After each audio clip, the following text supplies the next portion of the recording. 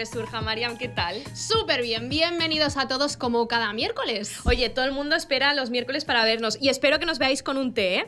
Absolutamente. Escucha, el día de hoy y el programa de hoy va sobre lectura, porque hay que recordar a la gente que es muy importante leer. Hay que leer, señores y señoras, porque es muy importante, pero os lo vamos a demostrar hoy aquí, porque además contamos con una gran escritora. Ella es nada más y nada menos que Karima Zieli. ¿Cómo Karima. estás? Hola, ¿qué tal? Buenas tardes. ¿Cómo estás? ¿Bien? Muy bien, muchas gracias por la invitación. A ti por venir. Gracias. Oye, Karima, además de dedicarte a la escritura, también investigas en cuestiones de, Islam, migraciones y sexualidad. Y también hay que decir que eres la autora del libro de Una oración sin Dios. Eso Espera, es, que no- sí. No se ve. A ver, ahí Yo creo que está. ahí se ve. Aquí está. Oye, ahora nos contarás más sobre el libro, ¿eh? Muy bien. Sí. Pues sí, me has descrito muy bien. ¿Sí? Sí, sí. Ay, qué guay. Muy bien, gracias. Eres de origen marroquí, ¿de qué parte exactamente? Soy de la zona nací en Benisidel, es una zona muy cercana a Nador, muy cercana a Melilla, para situar también Vale. geográficamente aquí en España. Y es un pueblo muy pequeño que hay en esta zona de Benisidel, es una zona rifeña y vamos, que yo crecí ahí hasta los 3 O años. sea, que tu origen es rifeño. Exacto, yo Lo soy siento, te voy a rifeña. tener que dar la mano. Sí, sí, sí. Con todos los rifeños Yasmina, que cada vengan. vez que viene un rifeño les choca la mano. Pues eso es, sí, Está soy bien. rifeña de origen y hasta los 3 años estuve viviendo ahí y luego de los 3 hasta hoy, que tengo 36, pues he vivido en España. En Muy bien diferentes llevados, sitios. por cierto, estos Muchas 36. Gracias, Sí, sí, sí. gracias. Oye, Karima, nos llama la atención el título de tu libro, Una oración sin Dios. ¿A qué se debe? Pon un poco así en situación. Bueno, es un título un poco polémico, por lo que me han dicho, yo no lo he vivido de manera polémica al menos, pero sí que es verdad que es un título que intenta hacer hincapié en la forma de vivir, en la relación que tiene el protagonista con la oración. Es una relación muy compleja, muy difícil, que le lleva, digamos, a repasar momentos de su infancia muy duros en la familia musulmana en la que crece. Y entonces la oración aparece ahí como un nudo en el que pues, transcurre un conflicto infantil muy, muy duro, ¿no? Y es hasta el final realmente que los lectores pueden darse cuenta de por qué es sin Dios esta oración. Vale. ¿Y qué te llevó a dedicarte a la escritura? ¿Por qué decidiste ser escritora? Todo esto, bueno, creo que empezó desde que tenía capacidad, digamos, de escribir. O sea, es algo que me lleva acompañando desde niña. Sí que es verdad que siempre me ha estimulado mucho leer. Yo creo que ahí nace mi pasión por escribir, en realidad, ¿no? Claro. O sea, Qué no tanto guay. por escribir directamente, sino por esta pasión de leer, de que la lectura me llevaba a otros mundos. Me acuerdo, por ejemplo, que claro, yo leía Fátima Mernissi con 15, 16 años, que a esa edad pues entendía Pocos lo que leen. entendía lo que entendía Qué también, guay. ¿no? Es decir, me daba igual entender o no el contenido, sino que era el acto de leer lo que me permitía pues eso, devorar el libro y construir ahí mi mundo literario, ¿no? Qué bueno. Oye, Karima, en tu libro cuentas la historia de una familia tradicional marroquí. Así resumidamente breve, para poner en contexto. Cuando dicen tradicional, yo siempre me cuestiono qué significa esto de familia tradicional, ¿no?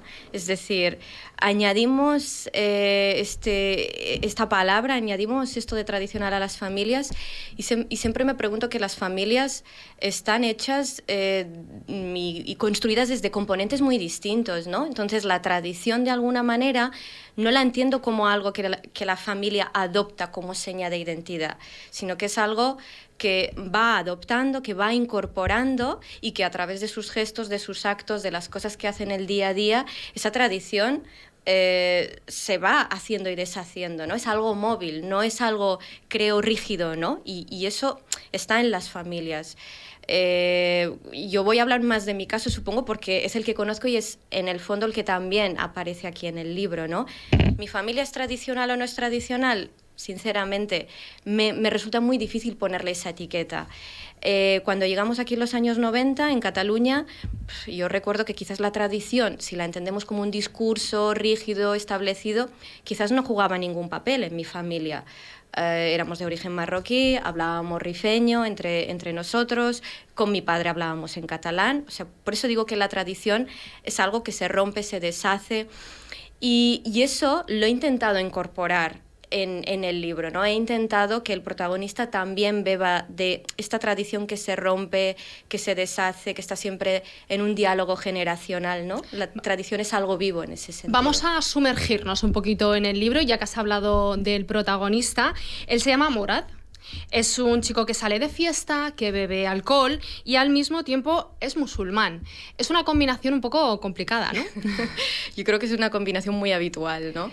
Y no solo porque el que presento aquí es un chico, ¿no? Morad, que es el que de alguna manera representa esta juventud, esta generación que está buscando un sitio en toda esta tradición que digo que es móvil, ¿no? Y en todo este mundo de choque generacional, yo creo.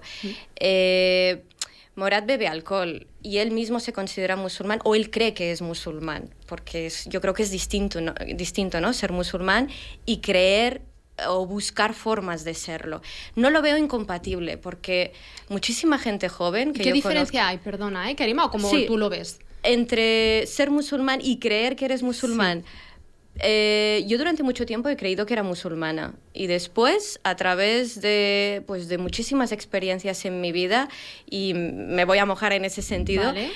considero que lo soy porque la tradición me lleva a ser musulmana, O sea, no porque lo sientes entonces. pero no porque tenga una vivencia actual, diaria, de ser musulmana. Wow. Es decir, la práctica. claro. O sea, tú no tienes la práctica. Yo considero, y lo digo abiertamente, no tengo la práctica de ser musulmana, pero vengo de una tradición musulmana que no puedo negar. Es decir, esa tradición, esa forma de vivir, el idioma, toda esa cosmovisión, ese mundo, hace que yo me presente muchas veces como musulmana, aunque evidentemente no tenga una práctica musulmana, ¿no? O sea, que el origen de la cultura es la religión, según tu visión. Yo creo que en la cultura, que es algo muy amplio y muy debatible, ¿no? Pero en la cultura, que son las formas de hacer humanas, ahí podemos, creo que ponerlo todo, ¿no? Desde discursos científicos hasta los discursos religiosos. Pero claro, va tomando forma dentro de los contextos y dentro de los hilos históricos, ¿no? En los que nos movemos. Ahora mismo, yo creo que nuestra manera de relacionarnos con la religión musulmana es muy plural y muy diversa. No me gusta cuando me dicen, por ejemplo, no eres musulmana. Yo no quiero que me saquen de ese grupo, porque creo que formo parte de ese grupo, aunque yo misma me presento como alguien que no lleva a cabo ningún acto para serlo. Ah, mira. Claro, es decir, creo que es interesante porque Morad al final traza ese camino de buscar un lugar para definirse como musulmán sin estar atado a esa práctica constante, ¿no? Que te exige esto o que te exige hacer ciertos actos, ¿no? Pues desde la oración hasta el ayuno, etcétera, etcétera. Creo que estamos atados con esa tradición y la vamos modificando, vamos buscando formas, ¿no? Aprovechando esto que estás diciendo, bueno, como tú ya bien has mencionado, muchos jóvenes marroquíes o de origen marroquí se podrían sentir identificados con Morad, ¿no? En este caso, los padres son, en el libro, la madre es la que ata, ¿no? Por así decirlo. ¿Cómo lanzar aquí la cuestión a los padres de que de no sentirse mal con la educación que les están dando? Claro, eso que yo lo he vivido así en primera persona y es verdad que es algo que ha creado... Como que dejarles, ¿no? Claro. Que creen ellos su identidad. Pienso que hemos tenido un problema generacional muy fuerte, ¿no? Con los procesos de migración, con las migraciones que hemos vivido nosotras, la huella que ha dejado la migración se ve en la relación generacional de padres a hijos, ¿no? Y de los hijos, evidentemente, hacia los padres. Ese mundo filial tan duro a veces... creo que a los padres les cuesta de digerir, ¿no? Les cuesta entender que su hija, que su hijo, pues busquen otras formas de identificarse, otras formas, incluso en el lenguaje se ve, ¿no? Hay hijos que ni siquiera hablan árabe o rifeño y hay una ruptura. Por ejemplo, yo creo que en la lengua se ve mucho eso, ¿no? O sea, cómo hablar de emociones con tus padres, cómo hablar de ese mundo emocional cuando... está roto el hilo de la lengua en la que comunicarse, ¿no?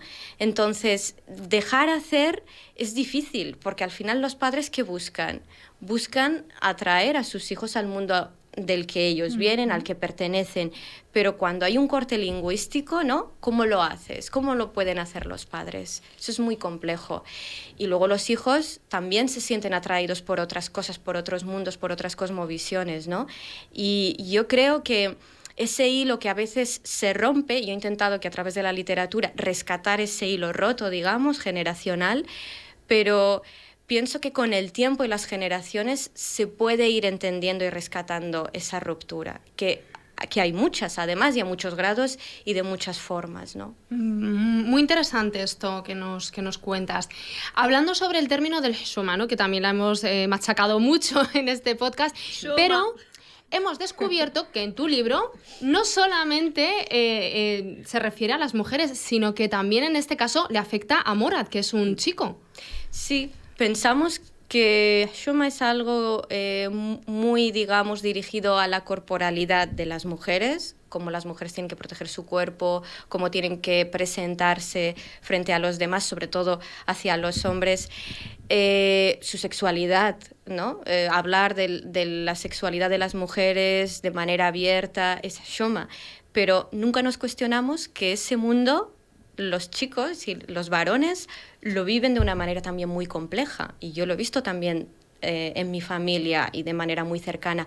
Lo vivirán de otra manera, evidentemente. Yo creo que se vive más públicamente entre los hombres todos estos mundos así dentro de Xuma, ¿no? El cuerpo, la sexualidad.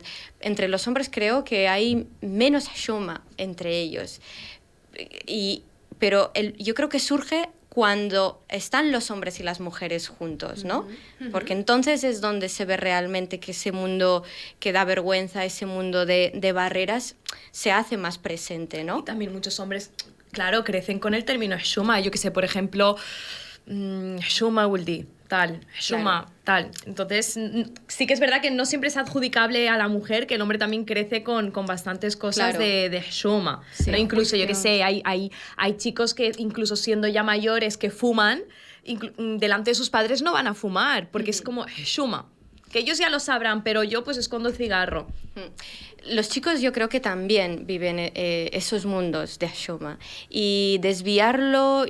creo, pensando que sobre todo los jóvenes, ¿no? Es decir, hay una diferencia muy clara entre el hombre casado y el hombre que no lo está. Claro, es decir, porque todo se rige hacia ese objetivo del matrimonio, ¿no? Eso es. Entonces, yo creo que mientras no estás casado, mientras estás en ese mundo todavía muy frágil, muy vulnerable, te pueden acusar constantemente, ¿no? De cometer algún acto relacionado con lo que avergüenza o con la imagen de la familia, o que rompe, ¿no? Ese mundo protegido familiar.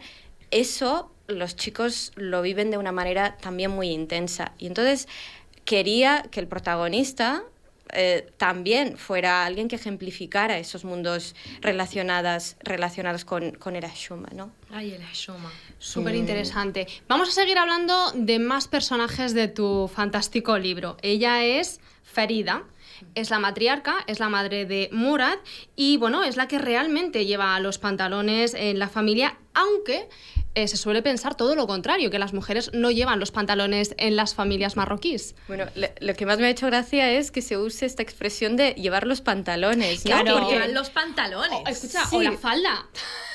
creo que es mejor decir que lleva la falda. Vale, pues la falda. Si queremos ceñirnos al patrón, ¿no? Hombre, pantalón, mujer, falda, Vale, porque también busco romper un poco con estas Pero porque ideas, es ¿no? en plan, rujula la tiene la mujer. Entonces, rujula, Sí. pues los pantalones ahí. Sí, bien pero puestos. porque relacionamos siempre poder y autoridad Te con el entiendo, mundo con el hombre, masculino. te entiendo. Claro, lo digo precisamente por eso, relacionar directamente que el varón, el hombre, es el que tiene en sus manos el poder, tiene en sus manos la autoridad, digamos, para decidir, para legitimar, para decir esto se puede hacer, no se puede hacer. Creo que ese rol, ese papel, y hablo yo creo que por muchas mujeres, ese poder lo detentan las mujeres dentro de las familias. Es decir, ¿qué moral traslada la madre al hijo? ¿Qué tipo de educación le traslada la madre al hijo? O a la hija, que evidentemente son distintos patrones los que va a manejar ahí. Yo creo que tiene un poder brutal la mujer como madre y dentro de la familia, que eso es muy importante destacarlo, claro. Antes decía que hay una diferencia, ¿no?, entre el chico joven no casado y el hombre ya casado, pero es que en el caso de la mujer hay una diferencia tremenda, ¿no?, de trato incluso. Siempre va a ser tratada como una menor de edad, evidentemente, pero cuando está casada ha adoptado un poder, ha cogido un poder que es el que le adjudica ser madre. Entonces Farida es la matriarca como normalmente la presento, pero la matriarca en el sentido de que sabe que su poder, que la manera que tiene ella de desplegar su poder es haciendo de matriarca educadora de los hijos. Claro. Y dejando muy claro cuál es el límite de los chicos y cuál es el límite de sus hijas, de las chicas. Aquí yo quiero también destacar que yo me mojaría que muchísimas mujeres que son madres, que adoptan el papel de madre, como que sienten los sentimientos de los hijos, en este caso algún problema o algún pecado, o algo que hayan hecho los hijos, como que lo hacen tan suyo que dejan de lado sus propios sentimientos, porque a una madre le duele, pero oye, ella sigue para adelante y mañana será otro día y yo acarreo con todo. Claro, aquí también podríamos ver que las mujeres tienen una capacidad de gestión emocional brutal. ¿Qué nos puedes decir tú? Yo por el contexto que conozco, sí, tal vez tengan una capacidad de gestión emocional, pero muy solitaria, ¿eh? Es También. decir, claro, porque realmente no hay un apoyo conyugal, o al menos estoy hablando de la generación de mi padre, de mi madre, ¿no? Esta generación que además ha emigrado y que ha tenido que enfrentarse a situaciones muy complejas, ¿no?, siendo padres. Eso lo olvidamos. Mis padres al menos, y los padres de Morad, migraron teniendo hijos. Yo creo que eso te cambia muchísimo la percepción de tu realidad, ¿no? Entonces, las mujeres, yo creo que no les ha quedado otra que una vez han roto con las relaciones que tenían con su grupo, con su familia, con la comunidad que han dejado atrás en Marruecos, porque eso es un apoyo muy grande entre ellas. Ya. Romper eso y presentarte, ¿no?, en un país en el que ves que vas a vivir muchos años sin esas relaciones, sin ese apoyo, sin la capacidad de decir, bueno, puedo comunicarme con los demás al margen, digamos, de mi marido o de las pocas personas que puedo ir conociendo que hablan mi idioma. Esa ruptura, yo creo que la generación de mi madre, por ejemplo, y la de Farida, lo han vivido de una manera muy solitaria y sin ser capaces de expresarlo. Nosotras yo creo que tenemos ahora esas herramientas para poder hacerlo. Y las tenemos porque no solo porque hayamos crecido aquí, sino porque tenemos otra percepción de las necesidades emocionales que tenemos. Porque pasa aquí, pasa en Marruecos, evidentemente, que hay esa curiosidad por gestionar o por saber cómo gestionar ese mundo emocional. Creo que estas generaciones no solo lo tienen difícil, sino que han sido muy conscientes de que no han tenido otra opción que esa, ¿no? Que la de buscar formas de que esas emociones no se las coman, ¿no? Vale. Y a veces eso es verdad que se traslada a los hijos, porque ahí está, ¿no?, la cuestión que tú me planteabas. Es inevitable. La familia, da igual, creo, la nacionalidad del origen, es un nido de cosas sin decir, ¿no? Entonces, esas cosas sin decir se van trasladando. O sea, esto es importante también. Esto que nos planteas es generacional. O sea, este comportamiento de nuestras abuelas, nuestras madres, se van, digamos, trasladando de generación en generación, ¿no? O sea, que a mí también, de alguna manera, en mi subconsciente están estos comportamientos. ¿Cómo se puede parar esta cadena? Bueno, el otro día, bueno, hace semanas, la verdad es que tuve la oportunidad de conocer a la historiadora Olive Totele y ella lo dijo de una manera que a mí me encantó, ¿no? Cuando hablaba de la herencia esta, en la que estamos como encadenadas, ¿no? Las mujeres con nuestros cuerpos, con nuestra sexualidad, con todo este mundo, sí, este peso, ¿no?, que vamos heredando. Y ella lo dijo de una manera tan sabia, dijo, la herencia solo la podemos romper, este peso, no solo siendo conscientes, viéndolo, porque evidentemente somos conscientes de que hay una problemática ahí que vamos heredando de abuelas, madres, hijas, vemos ese hilo, pero la única forma de superarlo es presentándolo como algo global, presentándolo como algo que nos une a todas las mujeres en realidad, ¿no?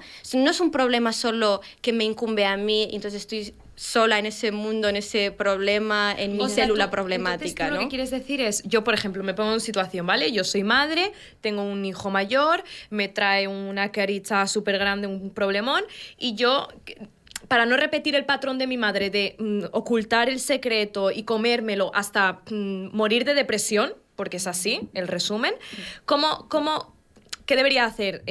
Acercarme más a contarlo, ir al psicólogo, Mira, perdóname. acarrear.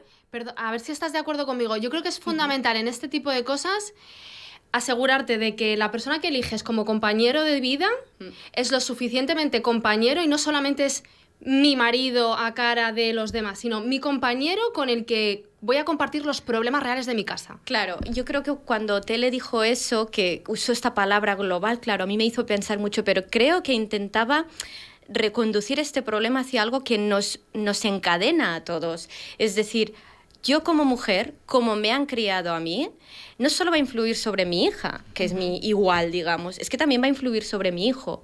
Y eso es lo que va a hacer que mi hijo también trate a sus parejas, sean quienes sean, de una manera u otra. Claro. Es decir, por eso el origen, digamos, para mí está en la mujer, de todo lo que nos planteemos. Tenía un amigo que siempre me decía, lo que hay son mujeres con hijos, ¿no? Y a mí, claro, me hacía gracia, digo, y es verdad, solo lo que realmente está en el origen son ellas con los hijos. Claro. La pareja, el cónyuge, el padre, digamos, es alguien que hasta ahora, y nosotras yo creo que lo hemos vivido así, se ve casi como alguien externo a la familia, como un anexo, ¿no? Como alguien, y yo lo he visto en mi familia, ¿no? Como alguien, bueno, pues que han hecho un equipo, mi padre y mi madre, Farida con su marido han hecho también un equipo, pero son un equipo que funciona solo porque ella necesita que funcione de esa manera, ¿no? Entonces, ¿cuál es el rol del padre? Porque si el padre no es capaz de poder enfrentarse a un problema con su hijo o su hija, y lo va a acarrear la madre, o sea, ¿el padre no sería capaz? Yo creo que los hombres, o al menos el personaje que yo planteo aquí, ¿no? Es un padre ausente, como muchos de los padres que han emigrado, que no han emigrado también, pero yo me pongo en esa situación que es la que conozco realmente desde dentro, ¿no? Los padres que han emigrado no les ha quedado otra, yo creo, que intentar buscarse un lugar dentro de la familia, y es muy complejo, porque yo veo a mi padre cómo emigró, todo el proceso por el que tuvo que pasar hasta asentarse, ¿no? Entonces yo creo que en mi edad adulta, porque es verdad que de adolescente esto es imposible de ver, porque en esa adolescencia que, por ejemplo, vive Morat, que he vivido yo, que hemos vivido muchas personas, no tienes las herramientas ni la capacidad de hacerte estas preguntas. Pero ahora, con la edad que tengo, pienso que a mi padre no se le podía exigir nada más. Claro. ¿Qué le puedes exigir más, no? Entonces, ¿es un padre que ha sido ausente? Ha sido ausente quizás en cuestión emocional, en cuestión de comunicación, pero es que mi padre tampoco lo ha aprendido. Eso es a lo que voy. Antes, cuando hablábamos de esta herencia, mi padre, ¿cómo ha crecido? Ha recibido de su madre un tipo de educación, un tipo de forma de ser, un mundo masculino, es decir, los discursos de masculinidad que ha vivido mi padre, claro, son los que le han llevado también a ser la persona que es. Y no es que yo busque una justificación con esto, pero sí busco una manera de entenderme con mi padre, que para mí eso es lo importante, ¿no? Claro, es súper interesante esto porque creo que nos pasa a la gran mayoría con nuestros padres, porque ellos han heredado este comportamiento. Pero tú lo has dicho, no quiero justificarles, porque claro, tienen ellos también, o es responsabilidad de nosotras, las generaciones, de educar a estos hijos para terminar esa cadena, porque claro, tú a un padre marroquí ahora mismo le planteas un problema, como decía Yasmina, un poco gordo, estamos acostumbradas a irnos a nuestras madres, pues que nuestras madres ya cargan demasiadas historias. ¿Qué hay de malo en empezar a decir, no, cuento con mi padre también y le voy a contar este problema gordo? Es que a más de uno le da un paro cardíaco, es que hay que llevárselo al hospital. Entonces, ¿cómo podemos hacer esto? Claro, yo quiero tener una relación, ¿no? Y todo el mundo buena en ese sentido con los padres. Creo que son las relaciones más difíciles y las que nos van a acompañar toda la vida, ¿no? O sea, cómo crear relaciones sanas con nuestros padres, con nuestros hijos, si los tenemos, ¿no? Y creo que es algo que nos persigue constantemente. Entonces, pienso que si nos va a acompañar toda la vida y tiene ese peso en nuestra vida, debería ser algo central a la hora de analizar, ¿no? Desde cualquier lugar, desde la literatura, desde las ciencias sociales, desde cualquier campo, debería ser central. Porque está el kit de lo que somos como seres humanos, ¿no? Claro. Y eso que decías antes, ¿qué hago, no? En relación a mi hijo, a mi hija, cuando veo que no hay manera de que entre en mi mundo, ¿no? Yo pienso que eso es universal, por ejemplo. Es decir, todos los padres y todas las madres deben vivir esa situación.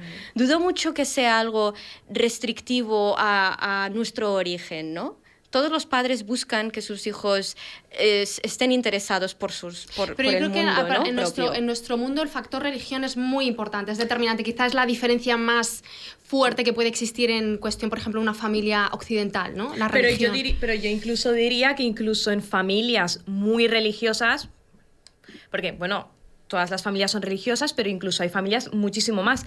Yo incluso diría que el papel de la madre, o sea, da igual. La madre te va a tapar todo. Ya puede ser la madre que lleva el niqab, da igual. O sea, es como, va por encima de cualquier religión. Es como que la madre te va a tapar todo. Bueno, claro, pero claro, ¿cómo te lo va a tapar? Acarreando también un sentimiento brutal de culpabilidad y también enfrentándose ella misma en sus propios miedos, ¿no? De decir, de culpabilizarse, ¿no? De qué está haciendo mi hija, pero yo me callo porque si se lo digo a mi marido, aquí se va a liar gorda. Yo siempre hay una anécdota que cuento y que me gusta contarla porque es de mi familia, evidentemente, pero de alguna manera pienso que puede servir, ¿no? A las otras personas. Cuando nosotros llegamos en los años 90, claro, mi madre llegó sin su hijab, con falda, con escotes, con vestidos. Bueno, iba súper moderna, que decía ella, ¿no? Maquillada, con el pelo suelto, guapísima, ¿no? Que yo la veo guapísima en las fotos, guapísima, claro. Vale. Mi padre siempre me pregunta, ¿y tu padre qué decía al respecto? Yo, nada. Es decir, nunca hemos recordado, en los años 90 estoy hablando, que hubiera una intromisión, ni siquiera de mi padre. No teníamos ni siquiera presente la religión en casa. Mi familia también llegó así. Claro, es decir, esto lo tengo, creo que es algo común, que los padres llegan en esa época, en los años 90, donde no hay esa idea de comunidad, porque esto es muy importante, la idea de comunidad es post-2000, entonces no hay un vínculo comunitario, ni una vigilancia comunitaria, ¿no? Ese vigilar, a ver qué hace mi hijo, mi hija, ¿no? No existe eso. Entonces, yo creo también qué dirá la gente. Claro, el que dirá la gente. El que dirá, la apariencia. Yo creo que nos salvamos de eso y mi madre vivió con una libertad tremenda, ¿no? Y eso se demuestra en su forma de presentarse al mundo. Es que la libertad está en esa forma de yo me dirijo al mundo de esta manera. Total. Luego, a sus 40 años, prácticamente, decide ponerse el hijab. Lo cual a todos nos dejó, bueno, pues mi madre lo hizo por una decisión personal, por muchas cosas que ocurrieron en nuestra familia, y ella personalmente decidió hacerlo. Y sigo siempre insistiendo en este caso. Y mi padre no tuvo absolutamente nada que ver en esa decisión. Bueno, claro, es una decisión personal, claro. Y siempre hay un antes y un después. Claro, pero me gusta contar esta anécdota porque tú nunca te relacionas de la misma manera con tus padres. Es decir, tus padres, cuando eres niño, te vas a relacionar, y yo me he relacionado con ellos a través de la necesidad de mis padres, a través de la protección que me ofrecían mis padres. Y en la adolescencia, la relación era no los necesito y no los quiero, ¿no? Y ya está. Claro, es decir, hay cambios en esa manera de relacionarse con los padres, porque los padres también cambian. Por eso pongo el ejemplo de mi madre. Mi madre hizo su proceso personal que la llevó a ser quien es ahora. Entonces yo no me puedo relacionar igual con mi madre tampoco. Claro. Karima, como se nos acaba el tiempo, esto es así, un pena. último así tip para tratar el tema, por ejemplo, de la sexualidad en nuestros contextos, en familias como las nuestras. Pues yo diría que, como a mí me ha faltado esto, creo que sería lo adecuado, porque lo he ido encontrando más adelante, ¿no? Que sería hablar, comunicar, decir. Es decir, ¿Pero hablar de qué? Pues mira, yo creo que de la sexualidad, como es un campo tan amplio, fíjate, con tu hija, yo creo que lo primero que deberías ser consciente, tu hija, es que va a tener la regla. ¿qué es esto de tener la regla? ¿Qué es esto de menstruar? ¿Qué significa para ella estos cambios, ¿no? en su cuerpo? Esa es la manera de crear también un vínculo. Y con los hijos pasa exactamente lo mismo, ¿no? Es decir, tienes que crear ese campo, buscar ese campo en el que vas a construir una relación donde la sexualidad va a ser central. O sea, educarlos en ese Claro. sentido. Porque también te digo, educar sobre sexualidad, siendo sincera, en una casa religiosa, no va. Claro, pero yo creo que No lo que va. plantea Karima Pero va mucho más allá va de un mucho tema más allá, claro. No, pero la sexual. gente va a escuchar sexualidad y se va Claro, pero a espantar. es tiempo Pero ya lo de que abríamos un decía- poquito la mente, porque el tema de la sexualidad es una regla, es un, por ejemplo, los hombres que empiezan a tener Claro. determinados cambios también en su cuerpo. Y lo Son muchos notan, ellos lo notan de jóvenes. espacios claro. de confianza, El cambio. diría yo, ¿no? Eso es. De Eso- confianza. Eso es lo que creo que hay que hacer, pero desde pequeños. Y dudo mucho que la sexualidad esté reñida con la religión, sinceramente. Ya, Pero muchísimo. Yo pienso ¿eh? igual, sí. Yo pienso que no está nada reñida. Es más, Sí. las mujeres buscamos esos espacios. Yo a veces en espacios diversos me encuentro con mujeres muy religiosas, de diferentes religiones, y yo que no practico ninguna, y cuando abordamos cuestiones sexuales, créeme que nos entendemos todas ahí, porque todas sabemos qué nos ocurre, todas sabemos qué buscamos, qué deseamos, qué queremos para nuestro placer. Todas sabemos eso. Qué interesante, Karima. Oye, Karima, sí. Nos queda pendiente el Yo Nunca, que no nos da tiempo a hacerlo, pero es la mejor excusa para que vuelvas a venir a un nuevo podcast con Volverás a nosotras. venir y abordaremos muchísimos temas que yo quiero aquí recalcar también. ¿Has estado a gusto, Karima? Muchísimo. Oye, de verdad, un gran muchísimas placer gracias, haberte de tenido verdad. aquí y también haber conocido la temática de tu libro. O sea, nos ha encantado, ¿eh? Que sepas que nos leímos un trozo, ¿eh? Y me gustó Nos lo vamos a mucho. leer entero. Hay que recomendarlo Sí. porque, bueno, está muy bien. Muchísimas Y nada, gracias. a todos vosotros, pues muchísimas gracias por vernos un miércoles más, que espero que lo estéis viendo con vuestro té, ¿eh? Y nada, hasta el Nos próximo, vemos ¿no? en el próximo. Chao. Chao.